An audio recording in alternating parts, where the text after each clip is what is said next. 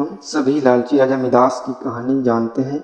उसके पास सोने की कमी नहीं थी, लेकिन सोना जितना बढ़ता वह और अधिक सोना चाहता। उसने सोने को खजाने में जमा कर लिया था और वह हर रोज उसे गिना करता था। एक दिन जब वह सोना गिन रहा था तो एक अजनबी कहीं से आया और बोला, तुम मुझसे ऐसा कोई वरदान मांग सकते हो जो तुम्हें दुनिया में सबसे ज़्यादा खुशी दे। राजा खुश हुआ और उसने कहा, मैं चाहता हूँ कि जिस चीज़ को छूऊं वह सोना बन जाए। अजनबी राजा से पूछा, क्या तुम सचमुच यही चाहते हो? राजा ने कहा, हाँ। तो अजनबी बोला, कल सूरज की पहली किरण के साथ तुम्हें किसी चीज़ को छूकर सोना बना देने की ताकत मिल जाएगी। राजा ने सोचा कि वह सपना देखा होगा, यह सच नहीं हो सकता। अगले दिन जब राजा नींद से उठा तो उसने अपना पलंग छुआ और वह सोना बन गया।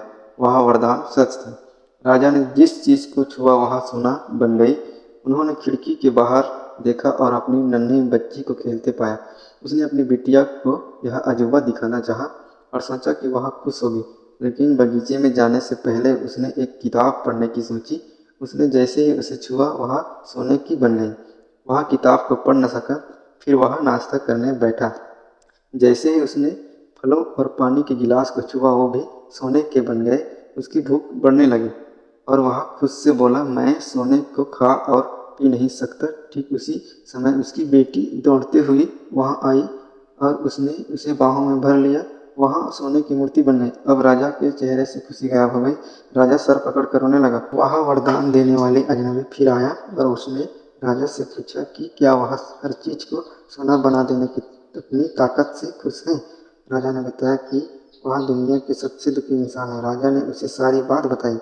अजनबी ने पूछा, अब तुम क्या पसंद करोगे, अपना भोजन और प्यारी बिटिया या सोने की ढेर और बिटिया की सोने की मूर्ति? राजा ने गिड़गिड़ाकर माफ़ी मांगी और कहा, मैं अपना सारा सोना छोड़ दूंगा। मेहरबानी करके मेरी बेटी मुझे लौटा दो, क्योंकि उसके बिना मेरी हर चीज़ मूल्यहीन हो गई है।